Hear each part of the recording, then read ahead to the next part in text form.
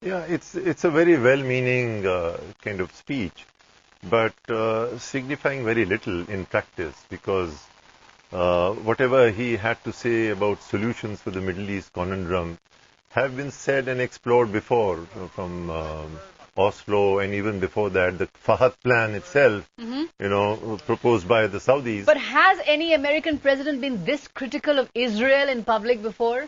No, that is a very significant departure. I think by comparing the Palestinian situation to the black Americans' strife in America, I think that is juxtaposing a very, very significant reality. And that, I think, is probably the key point that by bringing the Palestinian issue, on the other hand, he did try to balance this by saying that the Jews and the Israel situation was also, they suffered a lot, but they suffered at the hands of Germans and not at the hands of the Arabs. So I think there's some little bit of fudging of history there. Right, but for the first time, perhaps, a kind of a strong statement on Israel that an American president perhaps publicly has never made before. Also on Iran, I'd like to ask you, there was no open threat to Iran. It was, in fact, that both Iran and the United States have made mistakes in their relationship. The United States toppled a democratically elected government. Iran has engaged in terror and violence. So, of course, he didn't use the word terror. So, no open threat there to Iran either. Yeah, well, I think you have to keep the context of the speech. This is part of a tour of essentially the Middle East. It began in Turkey, he went to Saudi Arabia, he went to Egypt. Now, he's obviously going to say the right things. Remember, he also met Benjamin Netanyahu just before he went on that trip, and they had an agreement by most reports that they would not allow Iran to continue on its nuclear program beyond a certain point. At least weaponization would not be allowed. But yes, he set the right tone. I should point out there actually has been one U.S. president who was famous for criticizing Israel publicly and taking on the Israeli lobby, and that was George Bush Sr. Right. In fact, that was one of the reasons why when his son was elected, there was a lot of cheer in the Arab world, is because they remembered his father as being one of the first persons to publicly denounce the Israel lobby in Washington for attempting to push the United States in directions that it did not wish to do. But in this particular context, it is actually, I think, perhaps quite significant that that he did make this kind of statement. Michael Singh, another comment from you is, do you think Obama is actually taking quite a gamble? Do you think that he will be criticized at home for the kind of speech that he has made?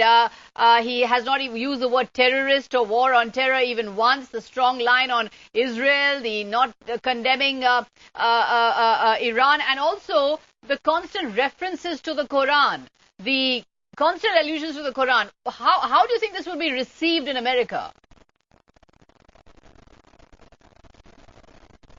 I think it'll be seen as outreach to the to Muslim communities, to Muslim majority countries. And I think, frankly, there's very little here that's a radical departure from longstanding U.S. policy. You were talking about Israel and settlements before, but, it's been the policy of every U.S. president that settlement expansion should stop. President Bush said that at the Annapolis conference, that settlement expansion needed to stop.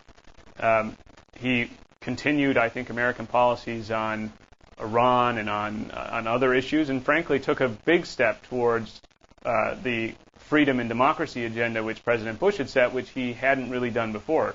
So there was a lot of rhetoric here. There was a lot of tone that was, I think, will be welcomed in the region. But in terms of substance and policy, you didn't really see many radical breaks. Is that the big problem with the speech? It is, vintage Obama and his rhetorical brilliance or rhetorical brilliance, but low on specificity, low on actual policy initiatives, low on concrete steps that actually might come out of his initiative. Yeah, well, I think you have to realize that that's what you would expect now. He's only been a president for about 120, 130 days. So you can't launch a Middle East peace process without having done your homework first, and he clearly hasn't done that yet because a large portion of his administration is still waiting to be appointed. Most of the ambassadors, assistant secretaries, 9/10 of his administration is not yet in place. So that's no question of him actually going into specificities. Right. But he did mention two things: aid to Pakistan and no more settlements. And those, I think, are important. But, as a Muslim, I have to ask you this question. The allusions to the Quran at all times, the greatness of the Quran, the nobility of the Quran, the greatness of the Muslim faith, do you think that will go down well, or will it fall on deaf ears?